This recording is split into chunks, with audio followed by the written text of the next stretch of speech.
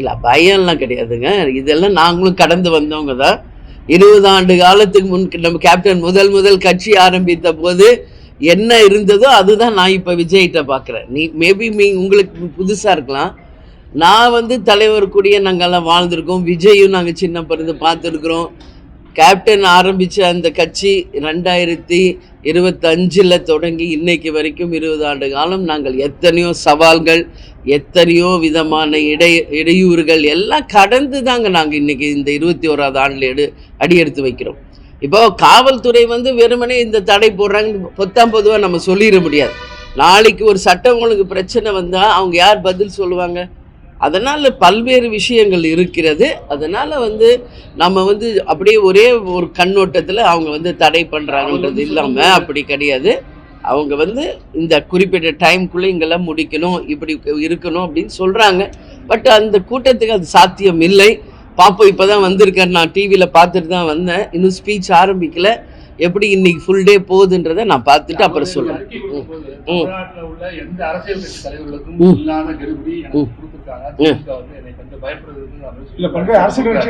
யார் சொல்லியிருக்காங்க இது? எப்ப நேற்று சொன்னாரு?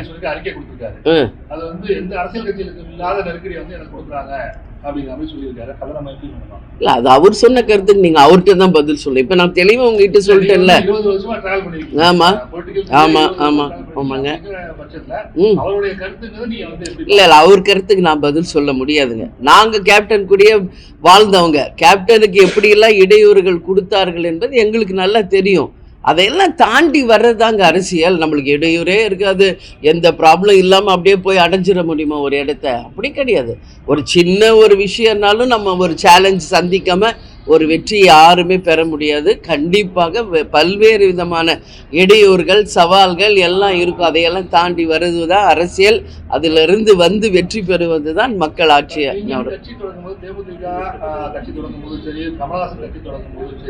பல்வேறு அரசியல் கட்சி தலைவர்கள் உங்க கூட சேர்ந்தாங்க. நம்ம அதுக்கப்புறம் அடுத்த கட்டத்துக்கு நம்ம கட்சியை எடுத்து சொல்லக்கூடிய நிலைமையில் நம்ம இருந்தோம். ஆனால் நடிகர் விஜய் கட்சி ஆரம்பிக்கும் போது எந்த விதமான அரசியல் கட்சி தலைவர்களோ இல்லை சினிமா செலிபிரிட்டியோ இது வரைக்கும் அவர்கிட்ட போகலை.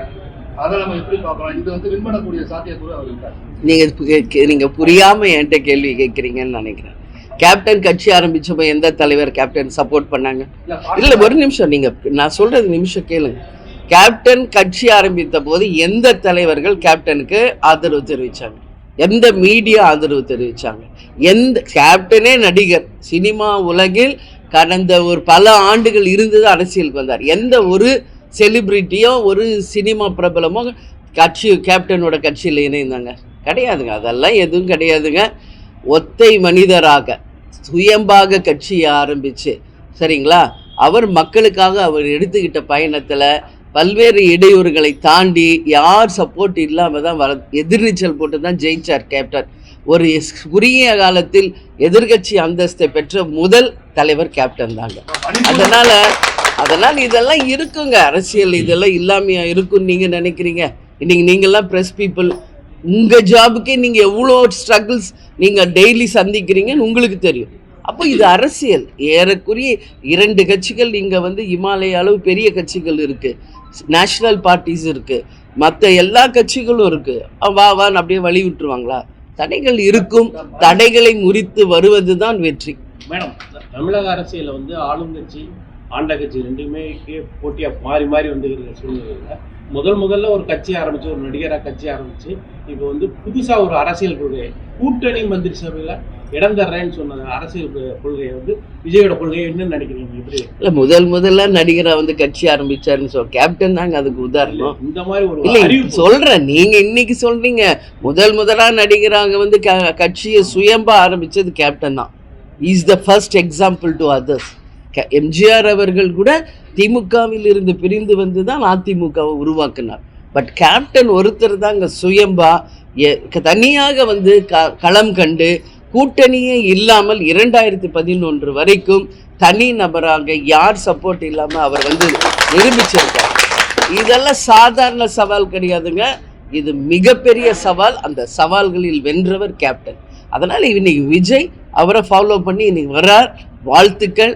இன்றைக்கி தான் ஃபஸ்ட்டு ஸ்பீச் கொடுக்க போகிறாருங்க. நான் பார்த்துட்டு நாளைக்கு என் கருத்தை விஜய் பற்றி அரசியல் கூட்டணி இல்ல கூட்டணி நம்ம இப்ப நான் ஒரு கட்சிக்கு அந்த ஒரு கொள்கையை எப்படி பாக்குறீங்க நீங்க அவரை? டயா பூஸ்டர் சுகருடைய ரிமோட் கண்ட்ரோல் இனி உங்க கையில. அனைத்து மருந்து கடைகளிலும் கிடைக்கும். செய்திகளை உடனுக்குடன் தெரிந்து கொள்ள கீழ்க்கண்ட கேபிள் மற்றும் டிடிஹெச் நெட்வொர்க்குகளில் எம்நாடு செய்தி தொலைக்காட்சியை காணுங்கள். பாதகம் செய்பவரை கண்டால் நாம் பயம் கொள்ளலாகாது பாப்பா. மோதி மிதித்துவிடு பாப்பா, அவர் முகத்தில் உமிழ்ந்து விடு பாப்பா. அண்மை செய்திகளை உடனுக்குடன் தெரிந்து கொள்ள இணைந்திருங்கள் எம்நாடு தொலைக்காட்சியுடன்.